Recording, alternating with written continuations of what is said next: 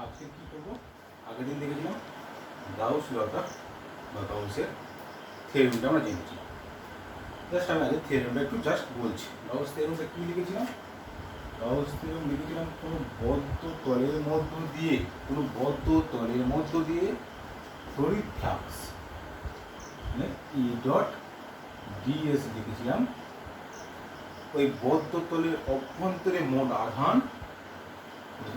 আধান by epsilon zero, ওই মাধ্যমে শূন্য মাধ্যমে তড়িৎ প্রতিরোধের অনুপাত। এটা ছিল গাউস ল। সেই গাউস লতে বলেছিলাম এটা হচ্ছে ই ডট ডিএস তড়িৎ ফ্লাক্স ছিল। আমরা এটা জেনেছিলাম এটা তড়িৎ ফ্লাক্স। ওই তড়িৎ ফ্লাক্সটা দেখেছিলাম কি, যে তড়িৎ ফ্লাক্সটা কার উপর নির্ভর করছে? যে গাউস আমরা যে তলটা কল্পনা করেছিলাম, যে গাউসের তল কল্পনা করেছিলাম, সেই তলটার সাইজটার উপর ডিপেন্ড করছিল না, শুধু একমাত্র আধানটার উপর ডিপেন্ড করছিল। ঠিক আগের দিনে যা হয়েছিল একটু বললাম। ধরো বলেছেন, ধরো কিউ চার্জ আছে, এই কিউ চার্জ থেকে ধরো আর দূরত্বে যে তড়িৎ ফ্লাক্সটা নির্গত হচ্ছে তার মান যেমন কিউ বাই এপসাইলন, আর দূরত্বে 2r দূরত্ব বাড়িয়েছে, 2r দূরত্বে যে তড়িৎ ফ্লাক্স নির্গত হচ্ছে তার মানও কিউ বাই এপসাইলন। যত ব্যাসার্ধ বাড়াবো ঠিক কিউ বাই এপসাইলন পরিমাণ করে তড়িৎ ফ্লাক্স নির্গত হবে।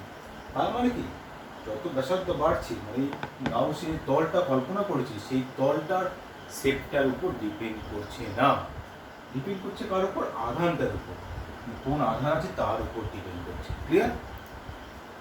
তাহলে কিছু এক্সাম্পল দেখি। ধরো আমি আগের দিন এগুলো বলা হয়েছিল। তাহলে ফার্স্ট এক্সাম্পলটা কি দেখছি? ফার্স্ট এক্সাম্পল হচ্ছে একটা ঘনক নিয়েছি। ঘন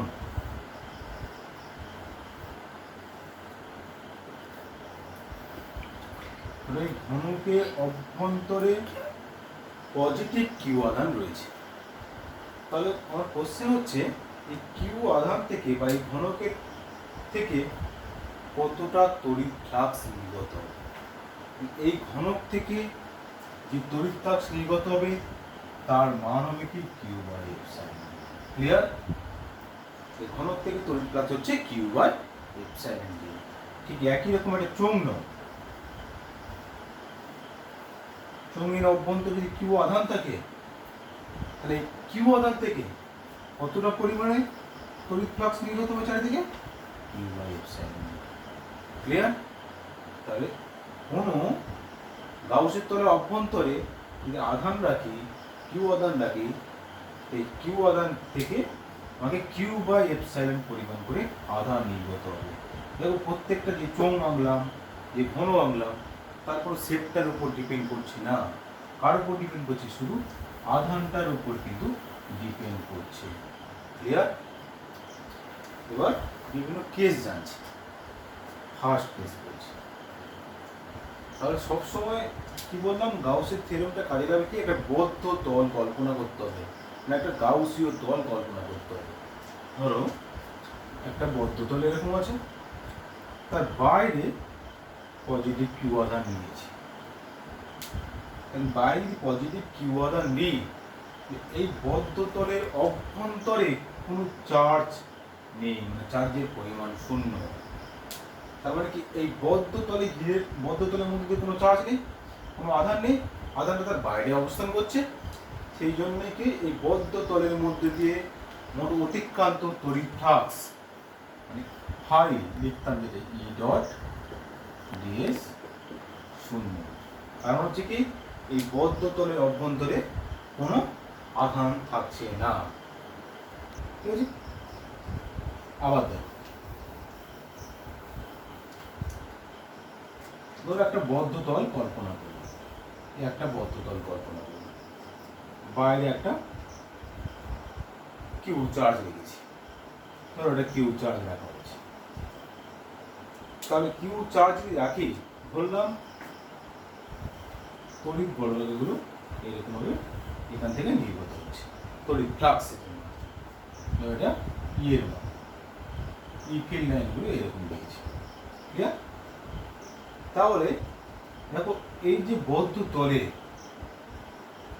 কোথায় কোথায় টাচ করছে, ধরো এই রেখাটা এখানে টাচ করেছে, এখানে টাচ করেছে, বা এখানে টাচ করেছে, এখানে টাচ করেছে, এখানে টাচ করেছে, বা এখানে টাচ করেছে, ক্লিয়ার?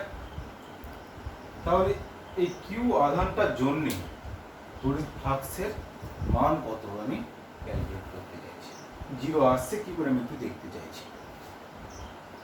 বলতে পারলাম কি বললাম, ধরো আগেরটা দেখলাম বাইরে যে কিউ আধানটা রেখেছি বদ্ধতলের বাইরে, তার জন্য যে তড়িৎ ফ্লাক্সের মান জিরো পেয়েছি সেটা আমি একটু দেখতে চাইছি। এর প্রমাণটা করাবো না, পরে আমরা দেখবো কীভাবে হচ্ছে, জাস্ট দেখবো। আমরা ধরো এ একটা ক্ষেত্র, এ একটা ক্ষেত্র, তাহলে সবসময় বলেছিলাম একটা বদ্ধ তল মানে 3D বডি, 3D বডির ক্ষেত্রফলের অভিমুখ কোন দিকে হবে? 3D বডির ক্ষেত্রফলের অভিমুখ সবসময় তার বাইরের দিকে লম্ব বরাবর, ক্লিয়ার?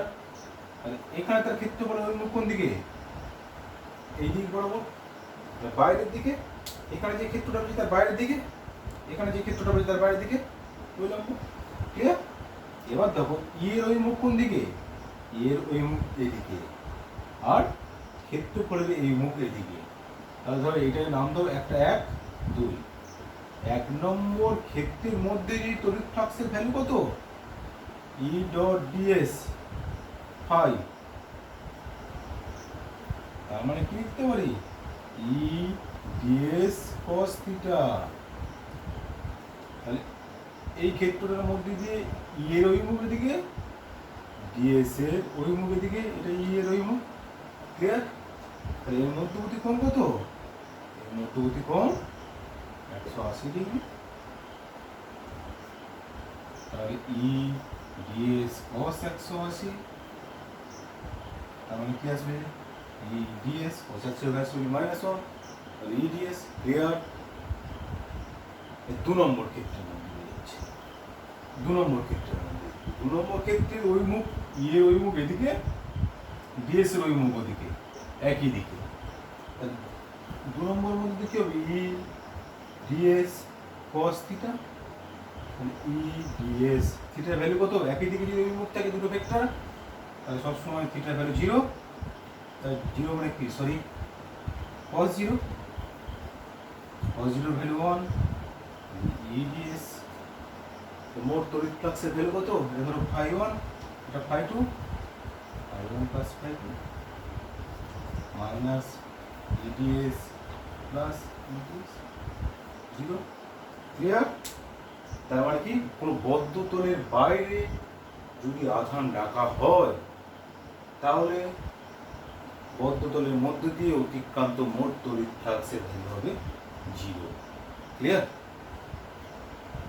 ধরো একটা বদ্ধ তল কল্পনা করলাম, বদ্ধ তলে অভ্যন্তরে হতো ধরলাম Q1 রয়েছে, Q2 আধান রয়েছে, Q2 আধান রয়েছে একটা, বাইরে একটা Q4 আধান রয়েছে, ক্লিয়ার?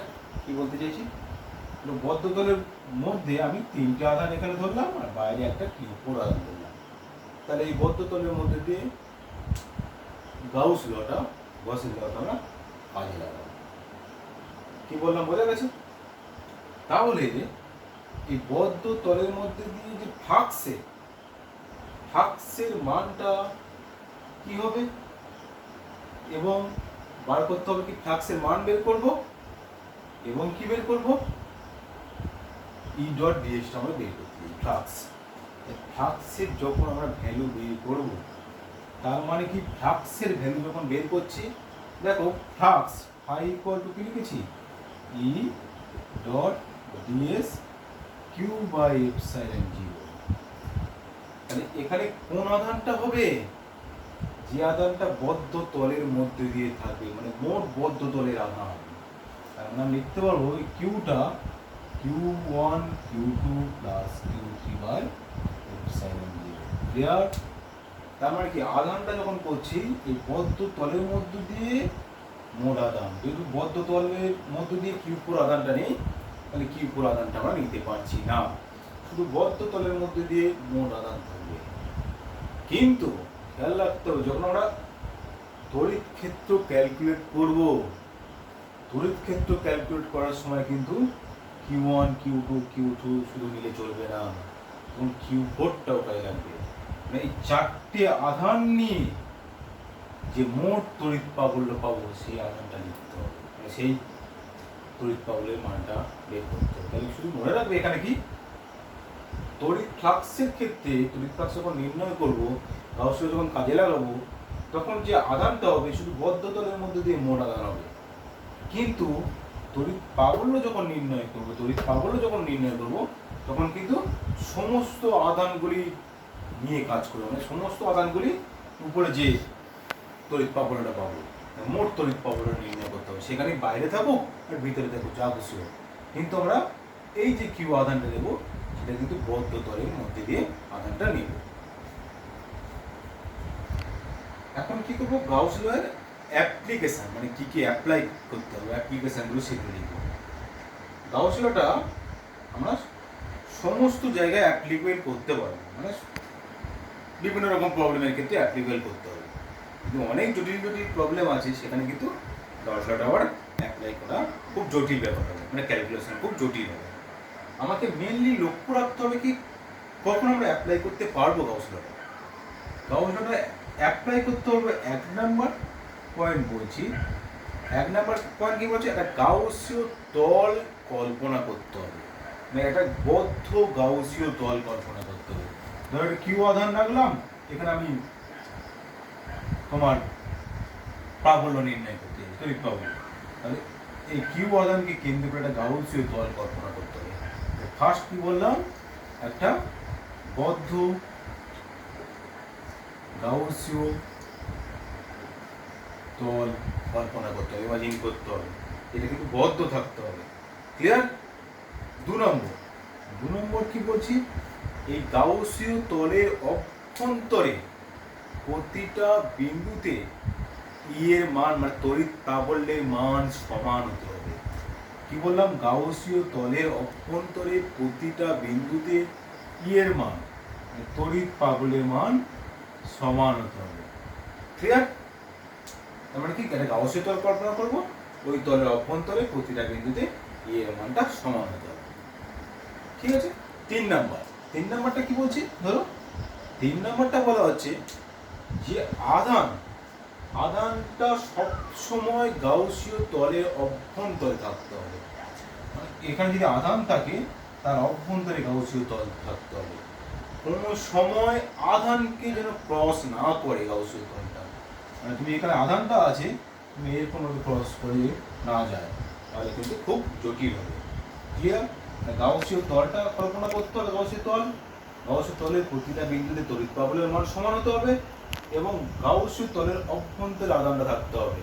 কখনো আধানকে ক্রস করে গাউসীয় তল কল্পনা করা যাবে না। প্রথম অ্যাপ্লিকেশন কি বলছে, অসীম দীর্ঘ একটা ঋজু আয়ত পরিবাহী তারের জন্য কোনো বিন্দুতে ক্ষেত্র প্রাবল্য নির্ণয় করবে। কি বললাম, অসীম দীর্ঘ ঋজু পরিবাহী তার, অসীম দীর্ঘ ঋজু পরিবাহী তার মানে একটা তার আছে, তারটা একটা চোঙাকৃতি তার, অ্যাকচুয়ালি মানে একটা সিলিন্ড্রিক্যাল তার। এই তারের জন্য বাইরে কোনো একটা বিন্দুতে আমরা তড়িৎ প্রাবল্য নির্ণয় করতে যাচ্ছি। ধরো তারটা কেমন, ধরো এরকম একটা তার আছে, অসীম দীর্ঘ তার, মানে এইদিকে অসীম ভাবে দীর্ঘ, মানে এইদিকে ইনফিনিটি, এইদিকে ইনফিনিটি। অসীম দীর্ঘ ঋজু পরিবাহী তার, অসীম দীর্ঘ ঋজু পরিবাহী তারের বাইরে কোনো একটা বিন্দুতে আমরা তড়িৎ প্রাবল্য নির্ণয় করব। কি বলা হচ্ছে, অসীম দীর্ঘ ঋজু আয়িত, মানে সোজা একটা পরিবাহী আয়িত করা আছে, চার্জ দেওয়া আছে, আধানে আয়িত করা আছে। প্লাস আধান হতে পারে, মাইনাস কিউ আধান হতে পারে। ধরো আমি প্লাস কিউ আধান লিখেছি, এখানে প্লাস কিউ আধান রয়েছে প্রত্যেকটা, ক্লিয়ার। তাহলে প্লাস কিউ আধান এটা আয়িত করা হয়েছে। সবসময় জানবে কি, এই প্লাস কিউ আধানে আয়িত করা হলো তারটাকে, এটা রৈখিক তার। তারের ক্ষেত্রে একটা আমাদের নিউ টার্ম জানতে হবে, আগে বলেছি। টার্মটা হচ্ছে কি, নিউ টার্মটা কি বলা হবে, রৈখিক ঘনত্ব। এটা একটা নিউ টার্ম জানতে হবে, রৈখিক ঘনত্ব, সেটাকে বলা হয় ল্যাম্ডা। কি বলা হয়, লিনিয়ার চার্জ ডেনসিটি। তারের রৈখিক ঘনত্বের টার্ম জানতে হবে, সেটা কি আধান, তারের মধ্যস্থ আধান ধরো কিউ বাই পরিবাহীর দৈর্ঘ্য। ক্লিয়ার? তাহলে কি বলা পরিবাহীর দৈর্ঘ্য এল।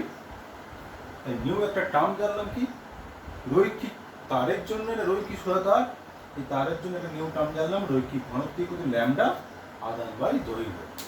এই একক দৈর্ঘ্যে কতটা আধান আছে এটা জেনে ফেলেছি আগে থেকে, রৈখিক ঘনত্ব কি জিনিস।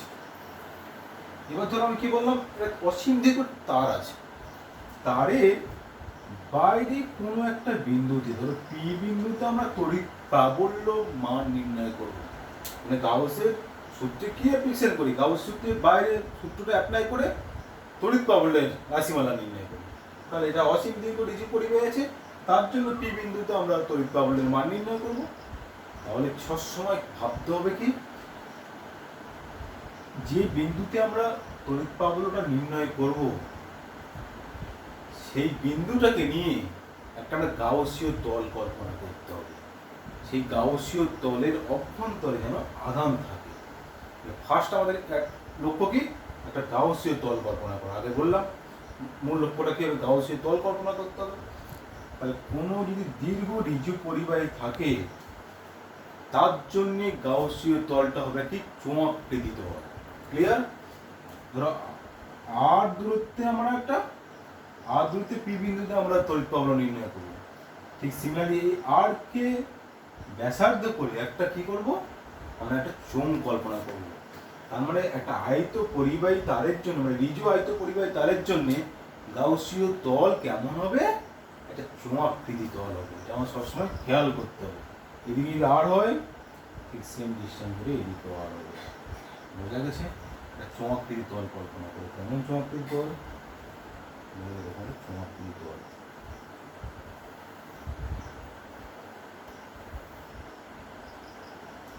ক্লিয়ার? একটা চোঙাকৃতি তল কল্পনা করে দিচ্ছি, মানে এই পুরো তলটা এটা গাউসীয় তল কল্পনা করেছি। গাউসীয় তল কল্পনা করা হচ্ছে, তাহলে সূত্রটা অ্যাপ্লাই করবো E dot ds flux. Flux মানে কি, রোজ ইন্টিগ্রাল বদ্ধ তলে E dot ds equal to মোট আধান কিউ নেট লিখলাম বাই এপসাইলন জিরো, মানে এর মধ্যস্থিত মোট আধান Q by epsilon zero. Clear? তাহলে আমাকে এখানে ভাবতে হবে যে গাউসীয় তল কল্পনা করেছি, প্রতিটা তলে আমরা তড়িৎ ফ্লাক্সের ভ্যালু বের করব ই ডট ডিএস পাবো। এখানে দেখো তিনটে তল, কি কি, উপরে একটা সার্কুলার তল, বক্রতল, সার্কুলার তল বৃত্তাকার তল, নিচেও একটা সার্কুলার তল বৃত্তাকার তল, আর একটা কি তল আছে, আর একটা এরকম তল। ধরো এটা একটা চোঙাকৃতি বডি, এই পুরো পাশটা একটা তল, মানে এইটা একটা তল। ক্লিয়ার? উপরে একটা সার্কুলার তল, নিচে একটা সার্কুলার তল, আর এই তলটা এটা হচ্ছে বক্রতল। তাই নাম দিলাম, ধরো এই তলটা 1 নম্বর তল লিখলাম, এটা 2 নম্বর তল লিখলাম, আর এই যে তলটা 3 নম্বর তল লিখলাম। প্রতিটা তলের মধ্যে যে ফ্লাক্স বের করবো, মোট ফ্লাক্স হবে কি φ1 প্লাস φ2 প্লাস φ2। ক্লিয়ার? প্রতিটা তলে কি হবে, ই ডিএস cos থিটা 1 নম্বর তল লিখে ফেললাম, 2 নম্বর তল ই ডিএস cos থিটা, 3 নম্বর তল ই ডিএস cos থিটা। তাহলে আমাকে শুধু ভাবলে হবে কি থিটার ভ্যালুটা প্রত্যেকটা তলে কত হবে। প্রথম তল ভাবো, ভালো করে খেয়াল করো, প্রথম তল, তাহলে প্রথম তলে ই এর মানটা কোন দিকে হবে ভাবতে হবে। কোনো তার থেকে বাইরে কোনো একটা বিন্দুতে ই এর মান আমরা ক্যালকুলেট করে ফেলেছি, তাহলে কোন দিকে হবে, সবসময় বাইরের দিকে হবে, এদিকে হবে, এরকম হবে, ই এর মানটা এদিকে হবে, এদিকে হবে। তার মানে কি গাউসীয় তলের প্রত্যেকটা বিন্দুতে ই এর মান সমান পাবো। তার মানে বলাটা প্রতিসাম্যের নিয়ম। প্রতিসাম্যের নিয়ম অনুসারে গাউসীয় তলের প্রত্যেকটা বিন্দুতে ই এর মান সমান এবং তারা সবসময় গাউসীয় তলের বাইরের দিকে থাকবে। দেখো বাইরের দিকে, তারের জন্য আমি তড়িৎ প্রবাহের রাশিমালা বের করে ফেলেছি। তাহলে ই এর ওই মুখ এদিকে, প্রত্যেকটা বিন্দুতে এর অভিমুখ এদিকে, এর অভিমুখ এদিকে, তুমি এদিকে বলে এদিকে, বাইরের দিকে থাকবে। ক্লিয়ার? আমি কি দেখবো ডিএস, ডিএস মানে ক্ষেত্রফল। তাহলে তুমি কল্পনা করো এইটুকু একটা ক্ষেত্র আছে, তাহলে এটা বদ্ধ তলের ক্ষেত্রফলের অভিমুখ কোন দিকে থাকে? বারবার বলেছি বাইরের দিকে থাকবে ক্ষেত্রফলের অভিমুখ। এই অভিমুখটা ডিএস, এইদিকে থাকছে ডিএস। ঠিক এই দিকে কি আছে? ই ভেক্টর আছে, মানে একই দিকে ই ভেক্টর। ক্লিয়ার? আবার এই একটা ধরো তুমি সারফেস কল্পনা করে, তল কল্পনা করবে, কি ডিএস কল্পনা করছো, তাহলে ই এর এখানে ই এর অভিমুখ কোন দিকে? সর্বদা এই দিকে ই এর অভিমুখ। এই যে বৃত্তাকার তলের ডিএসটা কোন দিকে হবে? এই উপরের তলটা, উপরের তলটা ক্ষেত্রফলটা কোন দিকে হবে? সর্বদা উপরের দিকে হবে। ক্লিয়ার? না বাইরের দিকে হবে? বাইরের দিকে লম্ব হবে। এটা ডিএস এর অভিমুখ। তাহলে এর মধ্যবর্তী কোণ কত? 90। ক্লিয়ার? ঠিক নিচের তলে হবে, নিচের তলে ধরো একটা ক্ষেত্রফল কল্পনা করো, নিচের তলে ইয়ের অভিমুখ সর্বদা এদিকে, এই নিচের তল, নিচের তলে অভিমুখ কোন দিকে? নিচের দিকে হবে। নিচের দিকে হবে মানে কি? এই দিকে হবে, আমরা কি এর মধ্যবর্তী কোণ 90 ডিগ্রি। ক্লিয়ার? তিনটে তল আমরা কল্পনা করে দিয়েছি, একটা, এটা দুটো, সরি এটা দুটো, এটা তিনটে। তাহলে লিখে ফেলি φ1 ই ডিএস প্রথম তল 90 cos 90। ক্লিয়ার? দু নম্বর তল φ2 ই ডিএস, দু নম্বর তল মানে নিচেরটা সেম cos 90। তিন নম্বর তল, তিন নম্বর তল দেখো ই ডিএস cos 0। তার মানে বক্রতল, বক্রতলের মধ্যে দিয়ে ই আর ডিএস এর মধ্যবর্তী কোণ 0 হবে। তার মানে শুধু জাস্ট ভাবো, আগের ক্লাসে আমি বলেছিলাম কি তড়িৎ ফ্লাক্স সবসময় ক্রস করে চলে যাবে, মানে তড়িৎ ফ্লাক্স সবসময় ক্রস করবে। দেখো এটা ক্রস করছে কিনা, এই বিন্দুতে দেখো এটা ক্রস করে চলে যাচ্ছে, আর উপরের তলে দেখো এটা টাচ করে চলে যাচ্ছে, জাস্ট ডিএস এর মধ্যে দিয়ে টাচ করে চলে যাচ্ছে। বোঝা গেল কি বলতে চাইছি? তার মানে কি যখন তাদের মধ্যবর্তী কোণ 0 হবে তখন আমরা ফ্লাক্সের মান পাবো। এর জন্য cos 90 মানে 0, প্রথমটা সেকেন্ডটা 0, পরেরটা কি পেলাম? ক্লিয়ার? তাহলে মোট তড়িৎ ফ্লাক্সের ভ্যালু পেলাম কি ইডিএস। মানে আমি লিখতে পারি এই ফর্মুলা দিয়ে, দেখো এই ফর্মুলা মোট তড়িৎ ফ্লাক্স ইডিএস, মানে এক নম্বর থেকে কি লিখতে পারি? এক থেকে E ds Q by epsilon 0। Clear? তার মানে কিউ নেট। ইডিএস এর ভ্যালু এবার জানতে হবে। আমি কি বলেছি? এই গাউসীয় তলের প্রত্যেকটা বিন্দুতে তড়িৎ প্রাবল্যের মান সমান, মানে এখানে সমান, এখানে একই, এখানে একই, এখানে একই, সমস্ত জায়গায় এর মানটা সমান। তার মানে এটা ধ্রুবক রাশি, এটা বাইরে বেরিয়ে আসবে ds Q net by epsilon 0। Clear? Ds, ds মানে কি এই বক্রতলটা, এই বক্রতলের পেয়েছি, বক্রতলের ক্ষেত্রফল বের করতে হবে। ধরো যে চোঙটা কল্পনা করলাম সেটা এল দৈর্ঘ্যের চোঙ কল্পনা করছি, তাই বক্রতলের ক্ষেত্রফল কি হবে? বক্রতলের ক্ষেত্রফল সূত্র হবে 2πr_l, কারণ কি ব্যাসার্ধ এটা, এটা দৈর্ঘ্য r, এই দৈর্ঘ্যটা l, এই দৈর্ঘ্যটা r, তাহলে ই লিখতে পারি 2πr_l। ক্লিয়ার? এবার ভাবতে হবে কিউ, মোট কিউ এর চার্জ কত? আমি কি বলেছি? বিজু আয়ত পরিবাহীর জন্য রৈখিক ঘনত্ব পেয়েছি কি ল্যামডা বাই আধান বাই দৈর্ঘ্য। তার মানে এখান থেকে কি লিখতে পারি? Q equal to lambda into L. তাহলে মোট চার্জের ভ্যালু কি হবে? কিউটা lambda L by epsilon 0। Clear? তাহলে কেমন পেলাম দেখো, পেলাম কি into 2πr_l lambda L by epsilon 0। তাহলে এর ভ্যালুটা কেমন হয় দেখো, এর ভ্যালুটা কেমন আসছে? এই ল্যামডা এল বাই এপসাইলন 0 তাহলে ল্যামডা বাই 2 পাই এপসাইলন 0 আর বোঝা গেল। তাহলে ইটা কেমন ভাবে নির্ভর করছে? এটা সর্বদা দূরত্বের সঙ্গে ব্যস্তানুপাতিক সম্পর্কে নির্ভর করছে।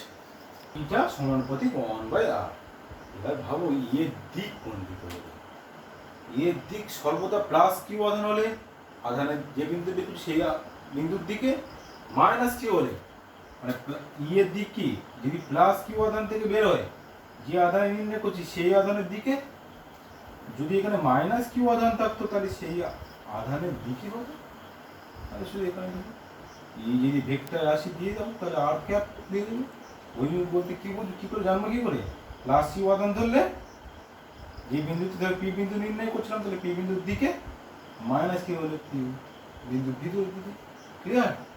তাহলে ছবিটা একটু ভাববো, গ্রাফটা তাহলে ই আর আর এর মধ্যে গ্রাফটা কেমন হয় আমাকে দেখো। ধরো এটা ই, এটা আর, ই আর আর এর মধ্যে গ্রাফটা কেমন হয় জানবো। 1/r ব্যস্তানুপাতিক সম্পর্ক, এই জন্য কেমন হয় এরকম ই আর আগে গ্রাফটা হয়। ক্লিয়ার? তাই রৈখিক তোমার একটা অসীম দীর্ঘ রিজু পরিবাহী তারের জন্য যে কোনো একটা বিন্দুতে তড়িৎ পাবলের রাশিমালার মান হচ্ছে এটা পেলাম, আর পাবলের হচ্ছে দূরত্বের সঙ্গে 1/r ভাবে সম্পর্কিত, আর তাদের মধ্যে ই ভার্সেস আর এর মধ্যে গ্রাফটা হচ্ছে এরকম দেখতে হবে। ক্লিয়ার? বলছে সমতল পাত মানে অসীম দীর্ঘ একটা সমতল পাতের জন্য বাইরে কোনো একটা বিন্দুতে আমরা তড়িৎ পাবলে রাশিমালা নির্ণয় করব। তার মানে কি, ধরো একটা সমতল পাত আছে, এরকম একটা সমতল পাত মানে খুব পাতলা পাত, ল্যামিনা বলা হয়। এই পাতলা পাতের জন্য বাইরে কোনো একটা বিন্দুতে আমরা তড়িৎ পাবলে রাশিমালা নির্ণয় করব। কেমন এই বৈশিষ্ট্য? মানে সিট মানে কি, ধরো একটা পাতা একটা মাত্র লেয়ার থাকবে, তার একটা মাত্র লেয়ার এরকম একটা পাতলা পাত নেওয়া হয়েছে, মানে সমতল পাত নেওয়া হয়েছে। এই সমতল পাতের বাইরে ধরো কোনো একটা বিন্দুতে আমরা এই বিন্দুতে আমরা তড়িৎ পাবল্য বের করব। ধরো এখান থেকে বাইরে কোনো একটা বিন্দুতে তড়িৎ পাবল্য আমরা বের করতে চাইছি। খেয়াল করবে সমতল পাত নিচে অসীম দীর্ঘ সমতল পাত এইদিকে বিস্তৃত আছে, ইনফিনিটি পর্যন্ত বিস্তৃত আছে অসীম দীর্ঘ সমতল পাত। একটা জিনিস খেয়াল করো, আগেরটা অসীম দীর্ঘ করলাম, এখানে অসীম দীর্ঘ করলাম। অসীম দীর্ঘ কথাটা মানে কি? অসীম দীর্ঘ কথাটা কেমন ভাবে বুঝবো? ধরো এই পেনটা তুমি যখন ডিস্টেন্স অনেক দূর চলে যাবে, এই পেনটাকে তো তোমার কত মনে হবে? ছোট্ট মনে হবে। যখন মানে এই অনেক দূর থেকে পেনটাকে যদি তুমি দেখো, এরপরে এক পেন আছে অনেক দূর থেকে যাবে, পেনটা খুব ছোট্ট মনে হবে। বা যদি তুমি খুব কাছে চলে আসো, বিন্দুর খুব কাছে চলে আসো, তখন মনে হবে খুব বড় দৈর্ঘ্য। তার মানে কি, এই যে ডিস্টেন্সটা নিয়েছি, এই ডিস্টেন্সটা এর আকারের তুলনায় যদি খুব ক্ষুদ্র হয় তখন পাতটাকে অসীম মনে হবে, আর কিছু মানে খুব যদি এই ডিস্টেন্স যদি কাছাকাছি অবস্থান করে এই পাতের দৈর্ঘ্য তুলনা, তাহলে ওটা অসীম দীর্ঘ সমতল পাত। অসীম দীর্ঘ পাতের জন্য আমরা বাইরে কোনো একটা বিন্দুতে তড়িৎ পাবল্য বের করব। এই পাতে যদি আধান দিয়ে দেওয়া হয়, ধর ধনাত্মক আধান দিয়ে, তাহলে ধনাত্মক আধানটা সুষমভাবে বণ্টিত থাকবে, সব জায়গায় একই রকম ভাবে ছড়িয়ে থাকবে, সুষমভাবে বণ্টিত থাকবে। সেই জন্য পাতের কোনো একটা বিন্দুতে আমরা তড়িৎ পাবল্যের মান নির্ণয়। ধরো আমরা এখান থেকে তড়িৎ পাবল্য মান নির্ণয় করছি, এক্স দূরত্বে পি বিন্দুতে তড়িৎ পাবল্যের মান নির্ণয় করছি। তাহলে সবসময় খেয়াল করবে প্রত্যেকটার জন্য একটা গাউসীয় তল কল্পনা করবে। এর ক্ষেত্রে গাউসীয় তলটা কেমন হবে ভাবতে হবে।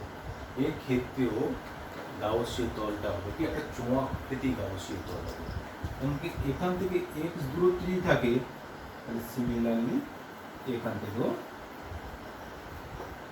এক্স দূরত্বের গাউসীয় তল করা। কেমন তল বললাম? একটা চোঙাকৃতি গাউসীয় তল।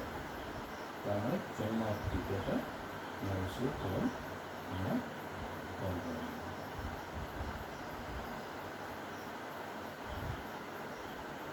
মানে বিভিন্ন গাউসীয় তলের জন্য বিভিন্ন পাত, একটা অসীম দীর্ঘ তার, বিভিন্ন রকম যার জন্য আমরা তড়িৎ প্রবাহ নির্ণয় করব, সেই ক্ষেত্রের জন্য গাউসীয় তলগুলো বিভিন্ন রকম হবে, যে খেয়াল করতে হবে।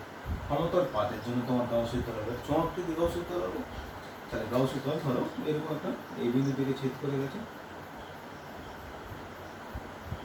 এই ভিতর থেকে গাউসীয় তল প্লেট আছে রে, এই প্লেট থেকে গাউসীয় তল কল্পনা করলাম। ক্লিয়ার?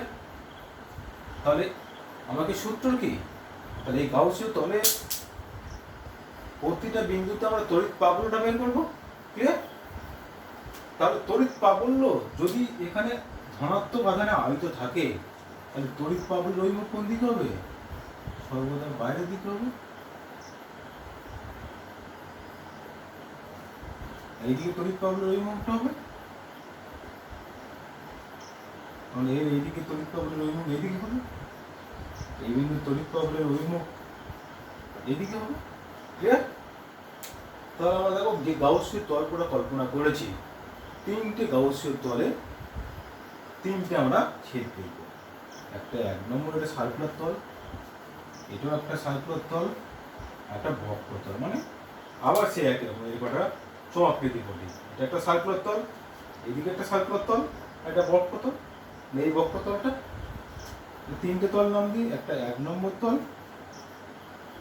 একটা 2 নম্বর তল, আর যে বক্রতলটা সেটা 3 নম্বর তল নাম দিলাম। তাহলে প্রতিটা তলের মধ্যে আমরা তড়িৎ ফ্লাক্স বের করবো। তার মানে কি গাউসের সূত্রটা কি হচ্ছিল? E dot ds equal to q by epsilon 0। Clear? এই ক্ষেত্রে পাতলা পাতের জন্য আমরা নতুন একটা টার্ম জানবো। যেহেতু আধানটা সমস্ত ক্ষেত্রের মধ্যে দিয়ে বিস্তৃত আছে, তাহলে জানতে হবে কি, এখানে নতুন একটা টার্ম জানতে হবে কি, আধানের তলমাত্রিক ঘনত্ব, মানে ক্ষেত্রের তলমাত্রিক ঘনত্ব। এখন ক্ষেত্রফলের মধ্যে দিয়ে ক্ষেত্র তলমাত্রিক ঘনত্ব, তার সংজ্ঞাটা কি জানবো? আগেরটা যেছিলাম রৈখিক ঘনত্ব, এখানে হচ্ছে আধানের তলমাত্রিক ঘনত্ব। আধানের তলমাত্রিক ঘনত্বটা কি হবে? আধান বাই ক্ষেত্রফল, মানে একক ক্ষেত্রফলের মধ্যে দিয়ে কতটা আধান আছে, এটাকে বলা আধানের তলমাত্রিক ঘনত্ব বা তলমাত্রিক ঘনত্ব নাম দেওয়া। ক্লিয়ার? তাহলে এক্ষেত্রে আমরা নতুন একটা টার্ম শিখলাম, তলমাত্রিক ঘনত্ব। আগেরটা শিখেছিলাম কি, রৈখিক ঘনত্ব। ক্লিয়ার? তাহলে আমাকে কি করব, ই ডট ডিএস প্রত্যেকটা তলের মধ্যে দিয়ে বের করবো। ফার্স্ট তল, তার মানে কি ফাই, ফাই মানে ই ডট ডিএস, কারণ টোটাল ফ্লাক্স বের করবো, তড়িৎ ফ্লাক্স। ফাই 1 প্রথম তলের মধ্যে দিয়ে, ফাই 2 2 নম্বর তলের মধ্যে দিয়ে, ফাই 3 3 নম্বর তলের মধ্যে। ফাই 1 টা হচ্ছে বক্রতলের মধ্যে দিয়ে, সেই একই রকম কনসেপ্ট। এর ওই মুখ কোন দিকে? এদিকে এর ওই মুখ, তার মানে কি ফাই লিখতে পারো, কি লিখবো? একবারে লিখছি ইডিএস কস থিটা 1 নম্বর তলের মধ্যে দিয়ে, 2 নম্বর তলে দিয়ে ইডিএস কস থিটা, 3 নম্বর তলে দিয়ে ইডিএস কস থিটা। প্রথম তলে ধরো এইটুকু একটা ক্ষেত্রফল নিলে, তাহলে সবসময় এই মানে সার্কুলার তল, বৃত্তাকার তলটার ক্ষেত্রফলের ওই মুখ কোন দিকে? বদ্ধতল। বদ্ধতলের ক্ষেত্রফলের ওই মুখ সর্বদা বাইরের দিকে, মানে এই দিকটা বদ্ধতলের ক্ষেত্রফলের ওই মুখ বাইরের দিকে। ক্লিয়ার? তাহলে এই দিকে হচ্ছে ক্ষেত্রফলের ওই মুখ, তাহলে তুমি লিখতে পারো কি, ই ডিএস cos 0। ক্লিয়ার? আর ই আর এস এর মধ্যে ডিএস এর মধ্যে কোন কত? একই রেখায়, এদিকে ই ভেক্টর, এদিকে ডিএস ভেক্টর, তার মধ্যবর্তী কোণ কত? 0। ক্লিয়ার? সেকেন্ড 2 নম্বর তল একই রকম, এইদিকে ই এর ওই মুখ, ক্ষেত্রফলের ওই মুখ কোন দিকে? সর্বদা বাইরের দিকে, এদিকে বাইরের দিকে ডিএস এর ওই মুখ, তাই লিখতে পারো কি, ই ডিএস cos 0। এবার বক্রতল ভাবো, বক্রতলে ধরো একটা ছেদ ভাবো, বক্রতলে একটা ছেদ কল্পনা করলাম। তাহলে বক্রতল, এই বক্রতল আছে, এটা বক্রতল, বক্রতলে যে কোনো বিন্দুতে যে ক্ষেত্র কল্পনা করি, এখানে ক্ষেত্রফল কল্পনা করতে পারি, এখানে ক্ষেত্রফল করবো, এখানে ক্ষেত্রফল কল্পনা করতে পারি, সবসময় বাইরের দিকে হবে তার ওই মুখ, এখানে ওই মুখ তার কোন দিকে হবে, এইদিকে ডিএস এর ওই মুখ হবে, কিন্তু এর ওই মুখ কোন দিকে আছে, এর ওই মুখ এইদিকে আছে। ক্লিয়ার? ঠিক একই রকম ভাবে তুমি ক্ষেত্রফল এখানে যদি কল্পনা করো, এই ডিএসটা এইদিকে যদি ডিএস হয়, এই কোন দিকে আছে, এইদিকে আছে, সর্বদা তাদের মধ্যবর্তী কোণ কত, 90, তাদের মধ্যবর্তী কোণ 90, তাহলে সর্বদা বক্রতলের মধ্যে দিয়ে তড়িৎ ফ্লাক্সটা মধ্যবর্তী কোণ হবে 90 ডিগ্রি। তার মানে কি cos 0, তাহলে ই ডিএস প্লাস ই ডিএস 0, তাহলে বক্রতলের মধ্যে দিয়ে কোনো তড়িৎ ফ্লাক্স কাজ করবে না, কোনো তড়িৎ ফ্লাক্সের মান শূন্য হবে। ক্লিয়ার? তাহলে কি আসছে দেখো, 2 ই ডিএস লিখতে পারি, কারণ কি প্রত্যেকটা দেখো এই প্রস্থের ক্ষেত্রফল আর এই প্রস্থের ক্ষেত্রফল একই, তার মানে এইটুকুর ক্ষেত্র, এই ক্ষেত্র, তিনটে একই ক্ষেত্রফল, তো সে ক্ষেত্রফলের ভ্যালু ধরলাম কি এই ক্ষেত্র, মানে এই প্রস্থচ্ছেদটার ক্ষেত্রফলটা সর্বদা এইটুকু ক্ষেত্রফলে, এইটুকু ক্ষেত্রফলে, এইটুকু ক্ষেত্রফলে। ক্লিয়ার? তার মানে কি হবে, এই ক্ষেত্রফল যদি এ ধরি, তাই লিখতে হবে 2 ই এ, তড়িৎ পাবনার মান তো প্রত্যেকটা বিন্দুতে সমান, এটা যে গাউসের তলের বৈশিষ্ট্য, আর 2 ই এ। ক্লিয়ার? তাহলে 1 নম্বর যদি ফর্মুলা ফেলে দিই কি আসবে, ই ডট ডিএস এর ভ্যালু কত হলো, 2 ই এ ইকুয়াল টু কিউ মোট চার্জ বাই এপসাইলন। তাহলে এই চোঙাকৃতি যে গাউসের তল কল্পনা করলাম, তার অভ্যন্তরে কত চার্জ আছে ক্যালকুলেট করতে হবে। কি বললাম, বোঝা গেল? এর অভ্যন্তরে কতটা চার্জ আছে সেটা আমরা দেখব। তার মানে কি চার্জ আছে মানে কি, দেখো একটা যদি এই পাতলা পাতের মধ্যে দিয়ে এই একটা গাউসের তল বেরিয়ে যাচ্ছে, তার মানে কি শুধু এই পাতলা পাত্রর মধ্যে এইটুকু এরিয়া টাচ করছে, মানে এইটুকু ক্ষেত্র টাচ করছে। ঠিক আছে? এইটুকু ক্ষেত্রের মধ্যে দিয়ে কতটা আধান আছে আমি বের করবো। তাহলে আমাকে ফর্মুলা লাগাতে হবে কি, আধানের তলমাত্রিক ঘনত্ব ফর্মুলা লাগাতে হবে। এইটুকু এরিয়া ওয়ে, এটা যদি এরিয়া ক্ষেত্রফল এ থাকে, এটা ক্ষেত্রফল যদি এ থাকে, এইটুকু ক্ষেত্রফলে একটু আগে বললাম, তাহলে আধানের তলমাত্রিক ঘনত্ব সিগমা দিয়ে লেখা হয়। আধানের তলমাত্রিক ঘনত্ব, আধান কিউ ক্ষেত্রফলে, তাহলে Q equal to sigma A মনে রাখতে হবে। তাহলে জাস্ট কিউ জায়গা বসিয়ে দাও, sigma A by epsilon 0 two E A, E এর ভ্যালু দেখো, A cancel out, sigma by 2 epsilon 0। Clear? তাহলে ই এর মান পেলাম সিগমা বাই 2 এপসাইলন 0। তার মানে কি একটা পাতলা বা সমতল পাত বা একটা ল্যামিনা, পাতলা পাত যার একটা মাত্র তল আছে, বাইরে কোনো একটা বিন্দু তড়িৎ পাবনের মান হচ্ছে সিগমা বাই 2 এপসাইলন 0।